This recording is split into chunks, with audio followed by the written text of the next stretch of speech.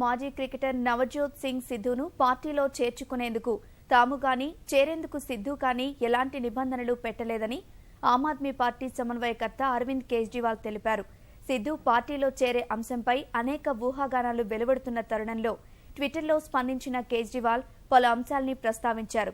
సిద్ధు లాంటి గొప్ప వ్యక్తిపై తమకు గౌరవం ఉందని, ఆయన పార్టీలో చేరినా చేరకున్నా అది కొనసాగుతుందని ప్రకటించారు.